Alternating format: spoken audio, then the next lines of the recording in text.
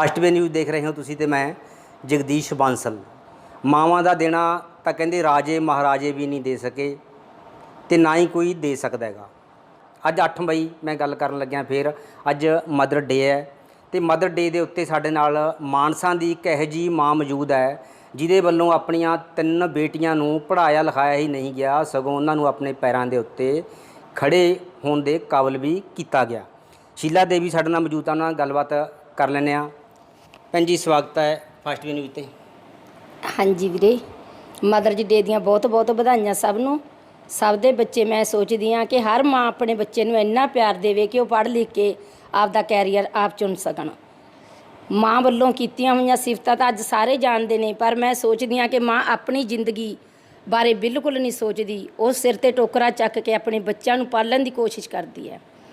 ਮੇਰੇ ਤੇ ਭਗਵਾਨ ਵੱਲੋਂ ਐਡਾ ਵੱਡਾ ਮਰ ਕੇ ਵਕਤ ਪੈ ਗਿਆ ਸੀਗਾ, ਜਿਹੜਾ ਕਿ ਮੈਂ 3 ਬੱਚੀਆਂ ਨੂੰ ਦੇਖ ਕੇ ਬਹੁਤ ਦਿਨ ਰਾਤ ਰੋ ਰੋ ਕੇ ਕਰਲਾਉਂਦੀ ਸੀ, ਪਰ ਮੈਨੂੰ ਭਗਵਾਨ ਨੇ ਇੰਨਾ ਬੜਾ ਮੇਰੇ ਸਿਰ ਹੱਥ ਰੱਖਿਆ, ਮਾਤਾ ਰਾਣੀ ਨੇ, ਕਿ ਮੇਰੇ ਮਨ ਨੂੰ ਇਹ ਵਿਸ਼ਵਾਸ ਹੋਇਆ ਕਿ ਮੇਰੀ ਜ਼ਿੰਦਗੀ ਕੋਈ ਨਹੀਂ, ਪਰ ਮੇਰੀਆਂ ਬੱਚੀਆਂ ਪੜ੍ਹ ਲਿਖ ਕੇ ਆ ਬਹੁਤ ਵਧੀਆ ਸਟੈਂਡ ਹੋ ਜਾਣ ਤੇ ਅਫਸਰ ਬਣ ਜਾਣ। ਪਰ ਮਾਲਕ ਨੇ ਮੇਰੀ ਜ਼ਰੂਰ ਸੁਣੀ। ਅੱਜ ਮੇਰੀ ਬੜੀ ਬੇਟੀ ਬੈਂਕ ਆਫ ਇੰਡੀਆ ਦੇ ਵਿੱਚ ਪੀਓ ਹੈ। ਉਸ ਤੋਂ ਛੋਟੀ ਬੇਟੀ ਮੇਰੀ ਸੈਂਟਰਲ ਬੈਂਕ ਆਫ ਇੰਡੀਆ 'ਚ ਕਲੈਰੀਕਲ ਪੋਸਟ 'ਤੇ ਹੁਣ ਸਿਲੈਕਸ਼ਨ ਹੋਈ ਹੈ, ਜਿਹੜੀ ਕਿ ਹਜੇ ਜੁਆਇਨ ਹੋਣਾ ਹੈ। ਛੋਟੀ ਬੇਟੀ ਮੇਰੀ MBBS ਰਿਸ਼ੀਕੇਸ਼ ਕਰ ਰਹੀ ਹੈ। ਮੈਂ ਸੋਚਦੀ ਹਾਂ ਕਿ ਮਾਲਕ ਨੇ ਜਿੰਨਾ ਮੈਨੂੰ ਇੰਨਾ ਵੱਡਾ ਉਹ ਦਿੱਤਾ ਸਿਰ ਚੱਕਣ ਦਾ, ਭਗਵਾਨ ਸਭ ਦੀਆਂ ਮਾਵਾਂ ਨੂੰ ਇੰਨਾ ਹੀ ਸਤਿਕਾਰ ਬੱਚੇ ਮਾਵਾਂ ਨੂੰ ਦੇਣ, ਜਿਹੜਾ ਕਿ ਮਾਵਾਂ ਦਾ ਕੀਤਾ ਕਦੇ ਭੁੱਲ ਨਾ ਸਕਣ। ਜਿਵੇਂ ਆਪਾਂ ਗੱਲ ਕਰ ਲਈਏ ਵੀ ਘਰ ਦੇ ਮੁਖੀ ਨੇ ਚਲੇ ਜਾਣਾ, ਉਸ ਤੋਂ ਬਾਅਦ ਇਕੱਲੀ ਔਰਤ ਦੇ ਉੱਤੇ ਸਾਰੀ ਜ਼ਿੰਮੇਵਾਰੀ ਪੈ ਜਾਣੀ ਤੇ 3 ਬੇਟੀਆਂ ਸੀਗੀਆਂ, ਕਿਵੇਂ ਫਿਰ ਪਾਲਣ ਪੋਸ਼ਣ ਇਹਨਾਂ ਦਾ ਹੋਇਆ? ਮੈਂ ਵੀਰ ਜੀ ਖੁਦ ਆਪ ਮਿਹਨਤ ਕੀਤੀ। ਪਹਿਲਾਂ ਸਾਰੀਆਂ ਹਟ ਕੇ ਬੱਚੀਆਂ ਵੱਲ ਵੇਖ ਕੇ ਮਿਹਨਤ ਕੀਤੀ। ਸਾਰੀ ਮਿਹਨਤ ਕਰਕੇ ਮੈਂ ਜੋ ਵੀ ਮੇਰੀ ਕਮਾਈ ਹੁੰਦੀ ਮੈਂ ਬੱਚੀਆਂ ਨੂੰ ਪੜ੍ਹਾਉਣ ਲਿਖਾਉਣ ਬਾਰੇ ਸੋਚਿਆ ਸੀ। ਪਹਿਲੇ ਮੈਂ ਸਿਰਫ ਛੋਟੇ ਜਿਹੇ ਸਕੂਲ ਵਿੱਚ ਪਾਈਆਂ ਸੀ। ਬੜੀ ਬੇਟੀ ਮੇਰੀ ਸਰਕਾਰੀ ਗਰਲ ਸਕੂਲ ਵਿੱਚ ਹੀ ਪੜ੍ਹੀ ਹੈ +2 ਤੱਕ। ਛੋਟੀਆਂ ਬੇਟੀਆਂ ਮੇਰੀਆਂ ਇੱਥੇ ਨਿੱਕਾ ਜਿਹਾ ਸਕੂਲ ਆ A1, ਉਹਦੇ ਵਿੱਚ ਹੀ ਪੜ੍ਹੀਆਂ ਨੇ। ਉਸ ਤੋਂ ਪੜ੍ਹ ਲਿਖ ਕੇ ਇਹਨਾਂ ਨੇ ਆਪ ਟਿਊਸ਼ਨਾਂ ਕਰਾਈਆਂ। 10ਵੀਂ 'ਚ ਆ ਕੇ ਬੜੀ ਬੇਟੀ ਟਿਊਸ਼ਨਾਂ ਕਰਾਉਣੀਆਂ ਸ਼ੁਰੂ ਕਰਤੀਆਂ। ਟਿਊਸ਼ਨਾਂ ਕਰਾ ਕੇ ਉਹਨੇ ਨਾਲ ਆਪਦੀ ਪੜ੍ਹਾਈ ਦਾ ਜਾਰੀ ਰੱਖੀ। ਉਸ ਤੋਂ ਬਾਅਦ ਉਹ ਬੈਂਕ ਦਾ ਟੈਸਟ ਕਲੀਅਰ ਕਰ ਗਈ। ਉਦੋਂ ਬਾਅਦ ਤਾਂ ਵੀਰ ਜੀ ਮੈਨੂੰ ਬਹੁਤ ਜ਼ਿਆਦਾ ਹੈਲਪ ਮਿਲ ਗਈ। ਜਦੋਂ ਮੇਰੀ ਬੇਟੀ ਬੈਂਕ 'ਚ ਲੱਗ ਗਈ ਤਾਂ ਮੈਨੂੰ ਇਹ ਹੋ ਗਿਆ ਕਿ ਹੁਣ ਸਾਡੇ ਘਰ 'ਚ ਥੋੜ੍ਹਾ ਜਿਹਾ ਸੁੱਖ ਸ਼ਾਂਤੀ ਨਾਲ ਵਧੀਆ ਸਾਡਾ ਘਰ ਚੱਲਣ ਲੱਗ ਗਿਆ। ਉਦੋਂ ਬਾਅਦ ਅਸੀਂ 2 ਬੇਟੀਆਂ ਨੂੰ ਸਟੈਂਡ ਕਰਨ ਵਾਸਤੇ ਸੋਚਿਆ। ਹੁਣ ਉਹਨਾਂ ਦੋਨਾਂ ਦੀ ਪੜ੍ਹਾਈ ਵਧੀਆ ਚੱਲੀ ਜਾਂਦੀ ਸੀ। ਹੁਣ ਮੇਰੀ ਵਿਚਾਲੜੀ ਬੇਟੀ ਵੀ ਸਟੈਂਡ ਹੋ ਗਈ ਹੈ, ਬੈਂਕ ਸਿਲੈਕਸ਼ਨ ਹੋ ਗਈ। ਹੁਣ ਛੋਟੀ ਬੇਟੀ ਹੈਗੀ, ਉਹ MBBS ਕਰਕੇ ਡਾਕਟਰ ਬਣ ਜਾਏਗੀ। ਭਗਵਾਨ ਚਾਹੇ ਆਪਾਂ ਕਹਿੰਦੇ ਹਾਂ ਹਰ ਮਾਂ ਨੂੰ ਹਿੰਮਤ ਮਿਲੇ ਕਿ ਆਪਣੇ ਬੱਚਿਆਂ ਦਾ ਉਹ ਕੈਰੀਅਰ ਬਣਾ ਸਕੇ। ਛੋਟੀ ਬੇਟੀ ਦੀ ਗੱਲ ਕੀਤੀ ਹੈ ਵੀ MBBS ਕਰ ਰਹੀ ਹੈ, ਕਿੱਥੇ MBBS ਕਰ ਰੱਖੀ ਹੈ ਤੇ ਕਿੰਨਾ ਟਾਈਮ ਹੋ ਗਿਆ ਉਹਨੂੰ MBBS ਕਰਦੀ ਨੂੰ? ਉਸਨੇ 18 ਦੇ ਵਿੱਚ ਜੁਆਇਨ ਕੀਤਾ ਸੀ ਜੀ ਰਿਸ਼ੀਕੇਸ਼ ਏਮਜ 'ਚ ਤੇ ਹੁਣ ਉਹਨੂੰ ਲਾਸਟ ਈਅਰ ਚੱਲ ਰਿਹਾ ਹੈਗਾ। ਇਸ ਤੋਂ ਬਾਅਦ ਉਹਨਾਂ ਦੀ ਇੰਟਰਨਸ਼ਿਪ ਲੱਗ ਜੂਗੀ ਸਾਲ ਦੀ। ਉਸ ਤੋਂ ਬਾਅਦ MBBS ਡਾਕਟਰ ਬਣ ਜੂਗੀ ਜੀ। ਤੇ ਇਹ ਕਿਹੜੇ ਸਾਲ ਦੇ ਵਿੱਚ ਹੋਇਆ ਸੀਗਾ ਨੀਟ ਦਾ ਪੇਪਰ? ਉਦੋਂ ਕਿੰਨੇ ਕੁ ਉਹਦਾ ਰੈਂਕ ਸੀਗਾ, ਕੀ ਨੰਬਰ ਸੀ? 2018 ਦੇ ਵਿੱਚ ਹੋਇਆ ਸੀ ਜੀ ਨੀਟ ਦਾ ਉਹਦਾ ਪੇਪਰ। ਨੀਟ ਦੇ ਵਿੱਚ ਉਹਦਾ ਹੈਗਾ ਸੀਗਾ 340 ਰੈਂਕ, ਪੰਜਾਬ ਰੈਂਕ 14 ਸੀ, ਜੋ ਕਿ ਉਹਨੂੰ ਚੰਡੀਗੜ੍ਹ ਸਨਮਾਨਿਤ ਕੀਤਾ ਗਿਆ ਸੀ ਹੈਲਿਕਸ ਵੱਲੋਂ।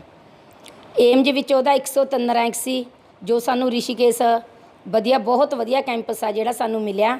ਬਹੁਤ ਵਧੀਆ ਸਟੱਡੀ ਚੱਲ ਰਹੀ ਹੈ ਭਗਵਾਨ ਦੀ ਕਿਰਪਾ ਨਾਲ, ਮਾਤਾ ਰਾਣੀ ਦੇ ਸਾਥ ਨਾਲ ਸਾਡਾ ਸਾਰਾ ਕੁਝ ਬਹੁਤ ਵਧੀਆ ਚੱਲੀ ਜਾਂਦਾ ਗਾ। ਬਸ ਆਪਾਂ ਕਹਿੰਦੇ ਹਾਂ ਮਹਾਰਾਣੀ ਸਭ ਨੂੰ ਇੰਨੀ ਮਾਵਾਂ ਦੀ ਇੰਨੀ ਹਿੰਮਤ ਦੇਵੇ ਨਾ ਕਿ ਜੇ ਕਿਸੇ ਤੇ ਵਕਤ ਪੈ ਵੀ ਜਾਵੇ ਕਿ ਉਹ ਆਪਣੇ ਬੱਚਿਆਂ ਨੂੰ ਸਟੈਂਡ ਕਰਨ ਬਾਰੇ ਜ਼ਰੂਰ ਸੋਚਣ। ਅੱਜ ਮਦਰ ਡੇ ਹੈ, ਜੇ ਆਪਾਂ ਗੱਲ ਕਰੀਏ ਲੋਕ ਧੀਆਂ ਨੂੰ ਬੋਝ ਸਮਝਦੇ ਆ, ਉਹਨਾਂ ਨੂੰ ਕੀ ਕਹਿਣਾ ਚਾਹੋਗੇ? ਬਿਲਕੁਲ ਨਹੀਂ ਵੀਰ ਜੀ, ਧੀਆਂ ਬੋਝ ਕਦੇ ਵੀ ਨਹੀਂ ਬਣਦੀਆਂ। ਕਹਿੰਦੇ ਹੁੰਦੇ ਨੇ ਪੁੱਤ ਜ਼ਮੀਨਾਂ ਵੰਡਾਉਂਦੇ ਨੇ, ਧੀਆਂ ਦੁੱਖ ਵੰਡਾਉਂਦੀਆਂ ਨੇ।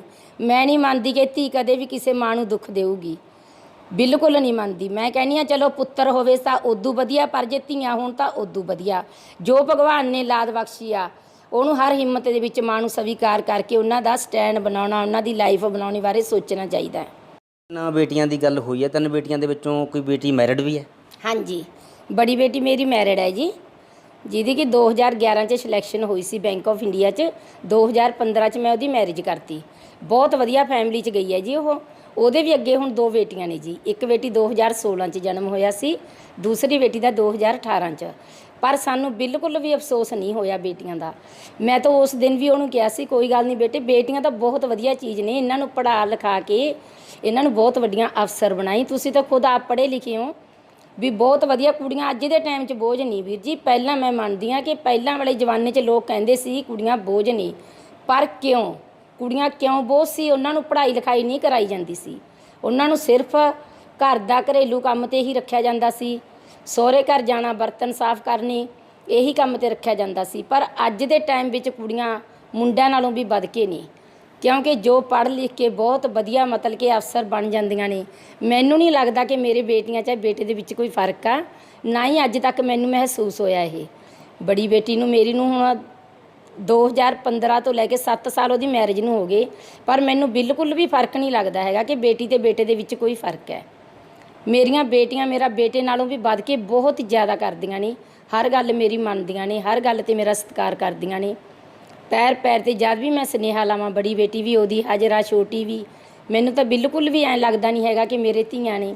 ਮੈਂ ਹਰ ਇੱਕ ਨੂੰ ਕਹਿਣੀ ਆ ਜਿਨ੍ਹਾਂ ਦੇ ਕੁੜੀਆਂ ਨੇ ਕਿ ਤੁਸੀਂ ਬਿਲਕੁਲ ਕੁੜੀਆਂ ਨੂੰ ਦੇਖ ਕੇ ਐਂ ਨਾ ਸੋਚੋ ਕਿ ਕੁੜੀਆਂ ਬੋਝ ਨੇ, ਕੁੜੀਆਂ ਕੁਛ ਕਰ ਨਹੀਂ ਸਕਦੀਆਂ। ਅੱਜ ਦੇ ਟਾਈਮ ਦੇ ਵਿੱਚ ਕੁੜੀਆਂ ਸਭ ਕੁਝ ਕਰ ਸਕਦੀਆਂ ਨੇ, ਪਰ ਜੇ ਆਪਾਂ ਇਹਨਾਂ ਨੂੰ ਸੰਸਕਾਰ ਇੰਨੇ ਵਧੀਆ ਦੇਵਾਂਗੇ, ਸਟਾਰਟਿੰਗ ਤੋਂ ਹੀ ਆਪਾਂ ਇਹਨਾਂ ਨੂੰ ਇਹ ਸਿਖਾਵਾਂਗੇ ਕਿ ਪੜ੍ਹਨਾ ਲਿਖਣਾ ਬਹੁਤ ਚੰਗੀ ਚੀਜ਼ ਆ। ਹਰ ਮਾਂ ਪਿਓ ਦਾ ਫਰਜ਼ ਹੁੰਦਾ ਸੰਸਕਾਰ ਦੇਣਾ, ਪਰ ਅੱਗੇ ਥੋੜ੍ਹੀ ਜਿਹੀ ਬੱਚੇ ਦੀ ਕਿਸਮਤ ਵੀ ਕੰਮ ਕਰਦੀ ਹੈ।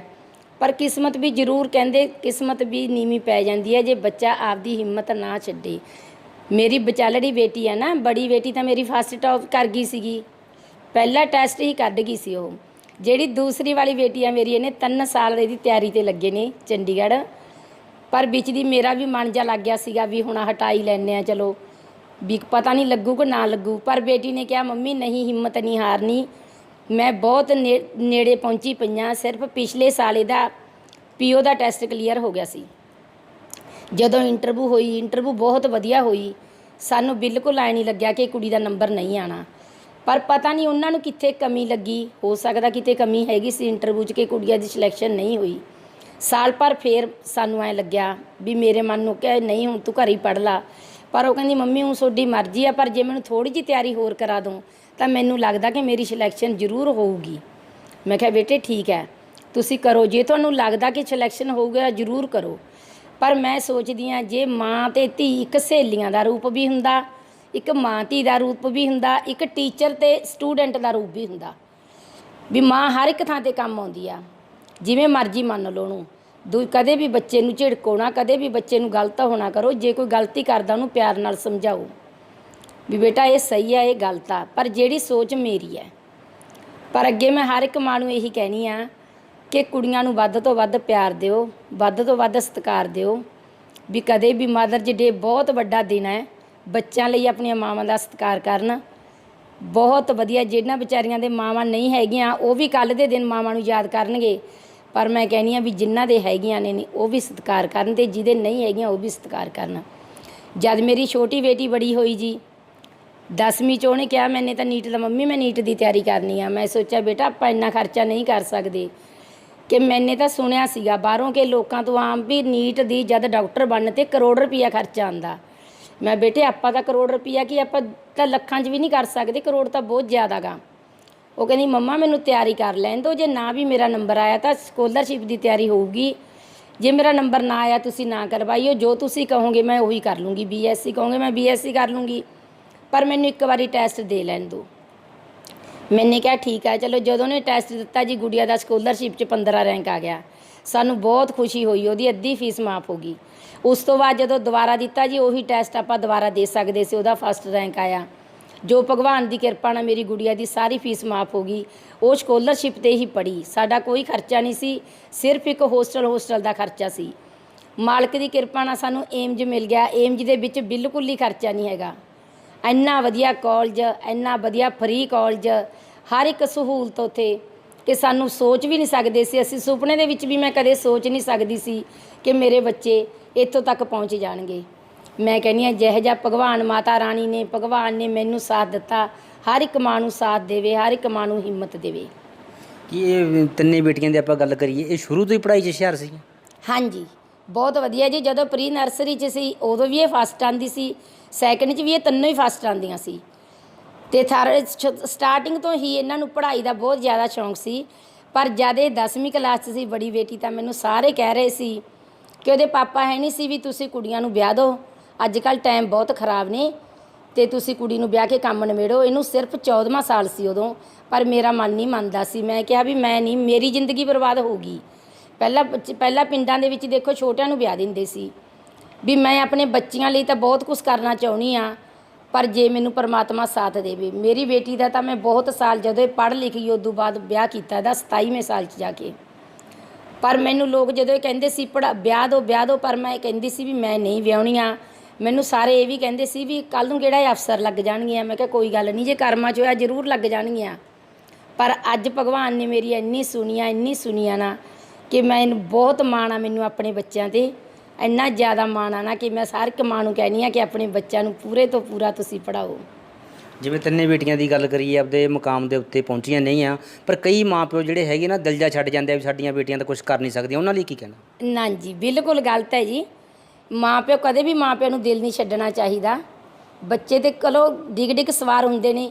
ਹੁਣ ਜਿਵੇਂ ਮੇਰੀ ਵਿਚਾਲੜੀ ਬੇਟੀ ਦੀ ਗੱਲ ਕਰਦੇ ਹਾਂ, 1-2 ਵਾਰੀ ਜਮਾ ਇਹ ਸਿਰੇ 'ਤੇ ਜਾ ਕੇ ਵਿਚਾਰੀ ਪਹੁੰਚ ਕੇ ਵੀ ਰਹਿ ਗਈ ਸੀਗੀ, ਪੁਆਇੰਟਾਂ 'ਚ ਵੀ ਮਾਰ ਖਾ ਗਈ ਸੀ। ਮੈਂ ਇਹ ਸੋਚਦੀ ਸੀ ਕਿ ਮੇਰੇ ਨਾਲੋਂ ਜ਼ਿਆਦਾ ਤਾਂ ਬੇਟੀ ਨੂੰ ਦੁੱਖ ਆ। ਦੇਖੋ ਉਹਨੂੰ ਸਾਲ ਭਰ ਦੁਬਾਰਾ ਪੜ੍ਹਨਾ ਪੈਣਾ। ਮੈਂ ਤਾਂ ਚਲੋ ਇੱਕ ਸਿਰਫ ਐਂ ਕਹਿ ਦੂੰ ਤੇਰਾ ਹੋਇਆ ਕਿਉਂ ਨਹੀਂ, ਵੀ ਤੂੰ ਕਲੀਅਰ ਨਹੀਂ ਹੋਇਆ, ਬੱਚਿਆਂ ਦਾ ਨੰਬਰ ਆ ਗਿਆ, ਤੇਰਾ ਕਿਉਂ ਨਹੀਂ ਆਇਆ। ਪਰ ਮੈਂ ਕਹਿੰਦੀ ਹਾਂ ਵੀ ਇਹਨੂੰ ਮੇਰੇ ਨਾਲੋਂ ਜ਼ਿਆਦਾ ਤਾਂ ਇਹਨੂੰ ਦਿੱਕਤ ਸੀ ਨਾ, ਇਹਨੇ GK ਵੀ ਦੁਬਾਰਾ ਪੜ੍ਹਨੀ, ਇਹਨੇ ਸਾਰੀਆਂ ਬੁੱਕਸ ਦੁਬਾਰਾ ਪੜ੍ਹਨੀਆਂ। ਪਰ ਜਦੋਂ ਉਹਨੇ ਹਿੰਮਤ ਨਹੀਂ ਹਾਰੀ ਤਾਂ ਮਾਂ ਪਿਓ ਤਾਂ ਹਾਰਨੀ ਚਾਹੀਦੀ ਨਹੀਂ ਹੈਗੀ। ਜਦੋਂ ਬੱਚਾ ਖੜਾ ਵੀ ਮੈਂ ਪੜ੍ਹਨਾ, ਵੀ ਮੈਂ ਤਾਂ ਇਹੀ ਕਹਿੰਦੀ ਹਾਂ ਜੀ ਕਿ ਬੱਚਾ ਜੇ ਪੂਰਾ ਬਹਾਦਰ ਆ ਤਾਂ ਮਾਂ ਪਿਓ ਨੂੰ ਹਿੰਮਤ ਜਮਾ ਨਹੀਂ ਹਾਰਨੀ ਚਾਹੀਦੀ। ਮਾਂ ਪਿਓ ਨੂੰ ਵੱਧ ਤੋਂ ਵੱਧ ਇਹੀ ਸਿੱਖਿਆ ਦੇਣੀ ਚਾਹੀਦੀ ਹੈ, ਬੇਟੇ ਪੜ੍ਹੋ, ਪੜ੍ਹ ਲਿਖ ਕੇ ਤੁਸੀਂ ਆਪਦਾ ਕੈਰੀਅਰ ਚੁਣੋ। ਪਰ ਜੇ ਆਪਾਂ ਅੱਜ ਬੱਚਿਆਂ ਦੇ ਮੰਗਰੀ ਲੱਗ ਜਾਓ, ਮੰਨ ਲਓ ਬੱਚਾ ਕਹਿੰਦਾ ਮੈਂ ਨਹੀਂ ਪੜ੍ਹਨਾ, ਤਾਂ ਆਪਾਂ ਵੀ ਕਹਿ ਦਈਏ ਨਹੀਂ ਪੜ੍ਹਨਾ ਤਾਂ ਨਾ ਪੜ੍ਹ। ਪਰ ਇਹ ਉਹਨਾਂ ਦੀ, ਆਪਾਂ ਨੂੰ ਤਾਂ ਪਤਾ ਇਹ ਤਾਂ ਨਿਆਣੇ ਨੇ ਵੀ ਅੱਗੇ ਇਹਨਾਂ ਦੀ ਜ਼ਿੰਦਗੀ ਬਰਬਾਦ ਹੈ। ਆਪਾਂ ਤਾਂ ਉਹਦੇ ਵਿੱਚੋਂ ਨਿਕਲ ਗਏ, ਉਸ ਜ਼ਿੰਦਗੀ 'ਚੋਂ ਵੀ ਅੱਗੇ ਇਹਨਾਂ ਦਾ ਕੁਛ ਨਹੀਂ ਬਣਨਾ। ਆਪਾਂ ਵੀ ਸਾਰੀ ਉਮਰ ਹੀ ਆਹੀ ਕੀਤੇ ਨੇ ਘਰ ਦੇ ਕੰਮ, ਅਤੇ ਅੱਗੇ ਇਹ ਵੀ ਇਹੀ ਕਰਨਗੇ। ਇਸ ਕਰਕੇ ਮੈਂ ਇਹ ਸੋਚਿਆ ਸੀ ਭਗਵਾਨ ਅੱਗੇ ਸੁਬਾਹ ਉੱਠ ਕੇ ਮੈਂ ਇਹੀ ਦੁਆ ਕਰਦੀ ਹਾਂ ਕਿ ਹਰ ਮਾਂ ਪਿਓ ਆਪਣੇ ਬੱਚੇ ਕੰਨਿਓ ਸੁਖੀ ਰਵੇ। ਹਰ ਮਾਂ ਪਿਓ ਦੀ, ਹਰ ਇੱਕ ਬੱਚਾ ਆਪਦੇ ਮਾਂ ਪਿਓ ਦੀ ਇੱਜ਼ਤ ਰੱਖੇ ਅਤੇ ਉਹਨਾਂ ਦੀ ਮਨੋਕਾਮਨਾ ਪੂਰੀ ਕਰੇ, ਉਹਨਾਂ ਦੀ ਸੁਣੇ। ਪਰਮਾਤਮਾ ਨੂੰ ਮੈਂ ਸਵੇਰੇ ਉੱਠ ਕੇ ਇਹੀ ਦੁਆ ਕਰਦੀ ਹਾਂ ਕਿ ਆਪਣੇ ਬੱਚਿਆਂ ਕੰਨਿਓ ਕੋਈ ਵੀ ਔਖਾ ਨਾ ਹੋਵੇ, ਬੇਸ਼ੱਕ ਦੁਸ਼ਮਣ ਬੈਰੀ ਕਿਉਂ ਨਾ ਹੋਵੇ, ਪਰ ਉਹ ਵੀ ਆਪਣੇ ਸਭ ਦੇ ਬੱਚਿਆਂ ਨੂੰ ਹੱਸਦਿਆਂ ਨੂੰ ਦੇਖੇ। ਜਿਵੇਂ ਕਹਿੰਦੇ ਵੀ ਘਰ ਦਾ ਮੁਖੀ ਚਲਾ ਜਾਂਦਾ ਅਤੇ ਉਦੋਂ ਬਾਅਦ ਕਾਫੀ ਮੁਸ਼ਕਲਾਂ ਆਉਂਦੀਆਂ, ਕਿੰਨੀਆਂ ਕੁ ਮੁਸ਼ਕਲਾਂ ਕੀ ਡੱਪਣਾ ਪਿਆ? ਮੁਸ਼ਕਲਾਂ ਆਉਂਦੀਆਂ ਨੇ ਜੀ ਜ਼ਰੂਰ, ਪਰ ਢੀਠ ਬਣਨਾ ਪੈਂਦਾ ਗਾ ਜੀ ਪੂਰਾ। ਕਿਉਂਕਿ ਜਿਹੜਾ ਰੱਬ ਵਕਤ ਪਾਉਂਦਾ ਉਹ ਤਾਂ ਪੈ ਜਾਂਦਾ, ਪਰ ਦੁਨੀਆ ਵੀ ਜੀਣ ਨਹੀਂ ਨਾ ਦਿੰਦੀ। ਜੇ ਬਾਹਰ ਨਿਕਲਦੇ ਆ ਤਾਂ ਕਹਿੰਦੇ ਨੇ, ਅਗਲਾ ਕਹਿੰਦਾ ਬਾਹਰ ਤੁਰੀ ਫਿਰਦੇ ਨੇ। ਪਰ ਜਦੋਂ ਮਾਂ ਇਹ ਦੇਖਦੀ ਆ ਕਿ ਮੇਰੇ ਬੱਚਿਆਂ ਦੀ ਜ਼ਿੰਦਗੀ ਬਰਬਾਦ ਹੁੰਦੀ ਆ, ਤਾਂ ਉਹ ਬਿਲਕੁਲ ਇਹ ਸੋਚਣਾ ਛੱਡ ਦਿੰਦੀ ਆ ਕਿ ਉਹਨੂੰ ਟੋਕਰਾ ਚੱਕਣਾ ਪੈਂਦਾ ਇੱਕ ਸਿਰ ਦੇ ਉੱਤੇ, ਵੀ ਮੈਂ ਟੋਕਰਾ ਚੱਕ ਕੇ ਕੁਛ ਵੀ ਕਰਕੇ ਫਲ ਵੇਚਾਂ, ਦੁਕਾਨ ਕਰਾਂ, ਜੋਬ ਕਰਾਂ, ਕੁਛ ਵੀ ਕਰਾਂ, ਵੀ ਮੈਂ ਆਪਣੇ ਬੱਚੇ ਸਟੈਂਡ ਕਰਾਂ। ਫਿਰ ਉਹਨੂੰ ਹਿੰਮਤ ਭਗਵਾਨ ਇੰਨੀ ਦਿੰਦਾ, ਇੰਨੀ ਭਗਵਾਨ ਹਿੰਮਤ ਦਿੰਦਾ ਕਿ ਉਹਨੂੰ ਕੁਛ ਨਹੀਂ ਪਤਾ ਲੱਗਦਾ, ਕਿ ਬੱਚੇ ਵੀ ਉਹਨਾਂ ਦੀ ਸਾਰੀ ਸੁਣਦੇ ਨੇ। ਫਿਰ ਪਰਮਾਤਮਾ ਦੀ ਕਿਰਪਾ ਨਾਲ ਆਪੇ ਹੀ ਉਹ ਮਾਲਕ ਸਿਰ ਹੱਥ ਰੱਖਦਾ। ਜਦੋਂ ਆਪਣਾ ਬੰਦਾ ਚਲਿਆ ਜਾਵੇ ਨਾ, ਉਦੋਂ ਭਗਵਾਨ ਦੇ ਸਿਰ 'ਤੇ ਡੋਰੀ ਛੱਡ ਦਿਓ ਵੀ ਮਾਲਕਾ ਤਈਂ ਪਾਈ ਹੈ ਅਤੇ ਤਈਂ ਕੱਢਣੀ ਹੈ। ਆਪਾਂ ਤਾਂ ਮਾਲਕ ਦੇ ਸਿਰ 'ਤੇ ਹੀ ਛੱਡੀ ਆ। ਅੱਜ ਤੱਕ ਮੇਰੇ ਬੱਚਿਆਂ ਨੂੰ ਮੈਂ ਕਦੇ ਵੀ ਪਿਓ ਦੀ ਕਮੀ ਮਹਿਸੂਸ ਨਹੀਂ ਹੋਣ ਦਿੱਤੀ, ਨਾ ਹੀ ਭਰਾ ਦੀ ਕਮੀ ਮਹਿਸੂਸ ਹੋਣ ਦਿੱਤੀ ਹੈ। ਮੇਰੀਆਂ ਤਿੰਨੋਂ ਬੇਟੀਆਂ ਭੈਣ ਭਰਾ ਨਾਲੋਂ ਵੀ ਵੱਧ ਰਿਸ਼ਤਾ ਇਹਨਾਂ ਦਾ ਮਾਂ ਪਿਓ ਨਾਲ, ਵੀ ਜੋ ਵੀ ਗੱਲ ਆ ਪਿਓ ਵਾਲੀ ਗੱਲ ਵੀ ਮੇਰੇ ਨਾਲ ਹੀ ਕਰਨਗੀਆਂ, ਭਰਾ ਵਾਲੀ ਵੀ ਅਤੇ ਮਾਂ ਵਾਲੀ ਗੱਲ ਵੀ ਮੇਰੇ ਨਾਲ ਹੀ ਕਰਨਗੀਆਂ। ਮੈਂ ਸਿਰਫ ਇਹਨਾਂ ਨੂੰ ਇਹ ਕਿਹਾ ਹੋਇਆ ਕਿ ਬੇਟਾ ਬਾਹਰ ਤੁਸੀਂ ਪੜ੍ਹਦੀ ਹੋ, ਕੋਈ ਵੀ ਗੱਲ ਆ ਮੇਰੇ ਨਾਲ ਸ਼ੇਅਰ ਜ਼ਰੂਰ ਕਰਨੀ ਆ, ਇਹ ਨਾ ਹੋਵੇ ਕਿ ਤੁਸੀਂ ਮੈਥੋਂ ਚੋਰੀ ਰੱਖ ਲਓ ਕਿਸੇ ਗੱਲ ਦੀ। ਹੁਣ ਮੇਰੀਆਂ ਬੇਟੀਆਂ ਨੇ ਇਹੀ ਮੇਰੇ ਬੋਲ ਪਗਾਏ, ਜੋ ਵੀ ਗੱਲ ਹੁੰਦੀ ਹੈ ਸ਼ਾਮ ਦੀ ਸ਼ਾਮ ਮੇਰੇ ਨਾਲ ਸਾਰੀ ਫੋਨ ਦੇ ਉੱਤੇ ਕਲੀਅਰ ਕਰਦੀਆਂ ਵੀ ਮੰਮਾ ਅੱਜ ਇਹ ਹੋਇਆ, ਅੱਜ ਇਹ ਹੋਇਆ। ਮੇਰੇ ਮਨ ਨੂੰ ਸ਼ਾਂਤੀ ਮਿਲਦੀ ਰਹੀ ਵੀ ਮੇਰਾ ਬੱਚਾ ਠੀਕ ਆ, ਠੀਕ ਪੜ੍ਹਾਈ ਕਰ ਰਿਹਾ ਗਾ। ਅਤੇ ਜਿਹੜੀ ਬੇਟੀ MBBS ਕਰ ਰਹੀ ਹੈ, ਇੱਕ ਵਾਰ ਉਹਦੀਆਂ ਤਸਵੀਰਾਂ ਜਿਹੜੀਆਂ ਉਹ ਵੀ ਦਿਖਾ ਦਈਏ ਦਰਸ਼ਕਾਂ ਨੂੰ ਵੀ ਇਹ ਬੇਟੀ ਹੈ। ਬੇਸ਼ੱਕ ਇਹ ਤਸਵੀਰ ਜਿਹੜੀ ਹੈਗੀ ਛੋਟੀ ਹੁੰਦੀ ਦੀ ਜਿਹੜੀ ਤਸਵੀਰ ਹੈ, ਅਤੇ ਹੋਰ ਕੋਈ ਜਿਹੜੀਆਂ ਹੈਗੀਆਂ ਹੁਣ ਦੀਆਂ ਤਾਜ਼ਾ ਤਸਵੀਰਾਂ ਹੋਣਗੀਆਂ ਉਹ ਵੀ ਤੁਹਾਡੇ ਨਾਲ ਸਾਂਝੀਆਂ ਕਰ ਲੈਂਦੇ ਹਾਂ। ਇਹ ਕਿਹੜੀ ਬੇਟੀ ਹੈ ਜੀ ਇਹਨਾਂ ਦੀ ਜਿਹੜੀ MBBS ਕਰ ਰਹੀ ਹੈ? ਇਹ ਵਾਲੀ ਇੱਧਰ ਦਰਸ਼ਕਾਂ ਨੂੰ ਦਿਖਾਓ ਸਾਡੇ ਨੂੰ। ਇਹ ਬੇਟੀ ਹੈ ਜੀ ਜਿਹੜੀ ਰਿਸ਼ੀਕੇਸ਼ ਦੇ ਵਿੱਚ MBBS ਕਰ ਰਹੀ ਹੈ ਤੇ MBBS ਵੀ ਇਹਦੀ ਕਲੀਅਰ ਹੋਣ ਦੇ ਬਿਲਕੁਲ ਨੇੜੇ ਹੈ। ਦੂਜੀ ਬੇਟੀ ਜਿਹੜੀ ਬੈਂਕ ਦੇ ਵਿੱਚ PO ਹੈ ਉਹਦੀਆਂ ਤਸਵੀਰਾਂ ਵੀ ਤੁਹਾਡੇ ਨਾਲ ਸਾਂਝੀਆਂ ਕਰ ਲੈਂਦੇ ਹਾਂ। ਇਹ ਬੇਟੀ ਹੈ ਜੀ ਜਿਹੜੀ ਬੈਂਕ ਆਫ ਇੰਡੀਆ ਦੇ ਵਿੱਚ PO ਦੀ ਪੋਸਟ ਦੇ ਉੱਤੇ ਹੈ, ਆਫੀਸਰ ਦੀ ਪੋਸਟ ਦੇ ਉੱਤੇ ਹੈ। ਤੇ ਇਸ ਤੋਂ ਬਾਅਦ ਤੀਸਰੀ ਬੇਟੀ ਜਿਹਦੀ ਸੈਂਟਰਲ ਬੈਂਕ ਦੇ ਵਿੱਚ ਹੁਣੇ ਸਿਲੈਕਸ਼ਨ ਹੋਈ ਹੈ ਤੇ ਉਹਨੇ ਹਜੇ ਸੈਂਟਰਲ ਬੈਂਕ ਦੇ ਵਿੱਚ ਜੁਆਇਨ ਕਰਨਾ ਹੈ, ਕੁਝ ਦਿਨ ਜਾਂ ਕੁਝ ਮਹੀਨਿਆਂ ਤੱਕ ਕਹਿ ਸਕਦੇ ਹਾਂ ਬੈਂਕ ਵੱਲੋਂ ਉਹਨੂੰ ਜੁਆਇਨ ਕਰਵਾ ਲਿਆ ਜਾਊਗਾ। ਤਿੰਨੇ ਬੇਟੀਆਂ ਨੂੰ ਆਪਣੇ ਪੈਰਾਂ ਦੇ ਸਿਰ ਦੇ ਉੱਤੇ ਖੜਾ ਕਰਨਾ, ਉਹਨਾਂ ਨੂੰ ਸਟੈਂਡ ਕਰਨਾ, ਚੰਗੀ ਪਹਿਲਾਂ ਵਿੱਦਿਆ ਦੇਣੀ ਤੇ ਫਿਰ ਚੰਗੇ ਮੈਂ ਕਹਿ ਸਕਦਾ ਕਾਲਜਾਂ ਦੇ ਵਿੱਚ, ਚੰਗੇ ਹੋਸਟਲਾਂ ਦੇ ਵਿੱਚ ਰੱਖ ਕੇ ਇੱਥੋਂ ਤੱਕ ਪਹੁੰਚਾਉਣ ਦੇ ਵਿੱਚ ਜਿਹੜਾ ਰੋਲ ਹੈ ਸਾਰਾ ਇੱਕ ਮਾਂ ਦਾ ਹੀ ਰੋਲ ਹੈ, ਕਿਉਂਕਿ ਪਿਤਾ ਦੀ ਪਹਿਲਾਂ ਹੀ ਮੌਤ ਹੋ ਚੁੱਕੀ ਸੀ ਤੇ ਪੂਰੇ ਦਾ ਪੂਰਾ ਮੈਂ ਕਹਿ ਸਕਦਾ ਜਿਹੜਾ ਇਸ ਚੀਜ਼ ਦਾ ਤਿੰਨੇ ਬੇਟੀਆਂ ਦਾ ਜਿਹੜਾ ਕ੍ਰੈਡਿਟ ਹੈ ਉਹ ਇਸ ਮਾਂ ਨੂੰ ਜਾਂਦਾ। ਇੱਕ ਬੇਟੀ ਵੀ ਸਾਡੇ ਨਾਲ ਮੌਜੂਦ ਹੈ ਜਿਹਦੀ ਹੁਣੇ ਸਿਲੈਕਸ਼ਨ ਹੋਈ ਹੈ ਸੈਂਟਰਲ ਬੈਂਕ ਦੇ ਵਿੱਚ, ਜਿਹਦੀ ਜੁਆਇਨਿੰਗ ਅਜੇ ਬਾਕੀ ਹੈ। ਉਹਦੇ ਨਾਲ ਵੀ ਗੱਲਬਾਤ ਕਰਾਂਗੇ ਵੀ ਮਾਂ ਦੀ ਸਿਫਤ ਦੇ ਵਿੱਚ ਆਪਣੀ ਮਾਤਾ ਬਾਰੇ ਕੀ ਕਹਿਣਾ ਚਾਹੁੰਦੇ ਨੇ। ਮੈਂ ਇਹੀ ਕਹਿਣਾ ਚਾਹੂੰਗੀ ਕਿ ਜਿਹੋ ਜਿਹੀ ਮੰਮੀ ਮੈਨੂੰ ਮਿਲੀ ਹੈ ਦੁਨੀਆ 'ਤੇ ਜਿਹੜੀ ਵੀ ਧੀ ਜਨਮ ਲਵੇ ਉਹਨੂੰ ਇਹੋ ਜਿਹੀ ਮਾਂ ਜ਼ਰੂਰ ਮਿਲੇ। ਮੇਰੇ ਲਈ ਮੇਰੀ ਮੰਮਾ ਦੁਨੀਆ 'ਤੇ ਸਭ ਤੋਂ ਜ਼ਿਆਦਾ ਇੰਪੋਰਟੈਂਟ ਹੈ। ਦੁਨੀਆ ਦਾ ਹੋਰ ਕੋਈ ਵੀ ਇਨਸਾਨ ਜਾਂ ਕੋਈ ਵੀ ਚੀਜ਼ ਇਹ ਸਿਰਫ ਕਹਿਣ ਲਈ ਨਹੀਂ ਹੈ, ਇਹ ਸੱਚਮੁੱਚ ਹੈ ਕਿ ਦੁਨੀਆ ਦੀ ਕੋਈ ਵੀ ਚੀਜ਼ ਜਾਂ ਕੋਈ ਵੀ ਇਨਸਾਨ ਮੇਰੀ ਮੰਮੀ ਤੋਂ ਜ਼ਿਆਦਾ ਸਾਡੇ ਤਿੰਨਾਂ 'ਚੋਂ ਕਿਸੇ ਲਈ ਵੀ ਇੰਪੋਰਟੈਂਟ ਨਹੀਂ ਹੈ। ਮਤਲਬ ਰੱਬ ਵੀ ਜੇ ਨੀਚੇ ਆ ਜਾਵੇ ਨਾ ਤਾਂ ਵੀ ਸਾਡੀ ਮੰਮੀ ਦੀ ਬਰਾਬਰੀ ਨਹੀਂ ਕਰ ਸਕਦਾ। ਸਾਨੂੰ ਸਾਰਾ ਬਚਪਨ ਯਾਦ ਹੈ ਕਿ ਅਸੀਂ ਕੀ ਕੁਛ ਦੇਖਿਆ, ਲੋਕਾਂ ਦੇ ਤਾਨੇ ਵੀ ਸੁਣੇ ਕਿ ਕੁੜੀਆਂ ਨੇ, ਮੁੰਡਾ ਨਹੀਂ ਹੈਗਾ, ਕੁੜੀਆਂ ਕੀ ਕਰ ਲੈਣਗੀਆਂ, ਇਹਨਾਂ ਨੂੰ ਵਿਆਹ ਦਿਓ, 10th ਤੋਂ ਬਾਅਦ ਵਿਆਹ ਦਿਓ, ਪੜ੍ਹਾਓ ਲਿਖਾਉਣਾ, ਭਾਂਡੇ ਮਾਂਜਣੇ ਨੇ, ਬਹੁਤ ਕੁਝ ਸੁਣਿਆ, ਬਹੁਤ ਕੁਝ ਸਹਿਆ। ਉਸ ਤੋਂ ਬਾਅਦ ਅਸੀਂ ਅੱਜ ਇਸ ਮੁਕਾਮ 'ਤੇ ਪਹੁੰਚੇ ਹਾਂ ਤਾਂ ਇਸ ਦਾ ਪੂਰੇ ਦਾ ਪੂਰਾ ਕ੍ਰੈਡਿਟ ਇੱਕ ਸ਼ੇਰਾਂ ਵਾਲੀ ਮਾਤਾ ਨੂੰ ਤੇ ਇੱਕ ਮੇਰੀ ਮੰਮੀ ਨੂੰ ਜਾਂਦਾ ਹੈ। ਉਹਨਾਂ ਦੀ ਵਜ੍ਹਾ ਨਾਲ ਹੀ ਅੱਜ ਅਸੀਂ ਜੋ ਦੁਨੀਆ ਦੇ ਵਿੱਚ ਖੜ੍ਹੇ ਹਾਂ ਸਿਰ ਚੱਕ ਕੇ, ਤਾਂ ਉਹਨਾਂ ਦੀ ਵਜ੍ਹਾ ਨਾਲ ਹੀ ਖੜ੍ਹੇ ਹਾਂ। ਅੱਜ ਗੱਲ ਕਰੀਏ ਮਦਰ ਡੇ ਹੈ, ਕੀ ਸੰਦੇਸ਼ ਦੇਣਾ ਚਾਹੁੰਦੇ? ਮੈਂ ਇਹੀ ਸੰਦੇਸ਼ ਦੇਣਾ ਚਾਹੂੰਗੀ ਸਾਰੇ ਬੱਚਿਆਂ ਨੂੰ ਕਿ ਕਦੇ ਵੀ ਆਪਣੇ ਮਾਤਾ ਪਿਤਾ ਤੋਂ ਬਾਹਰ ਨਾ ਚੱਲੋ।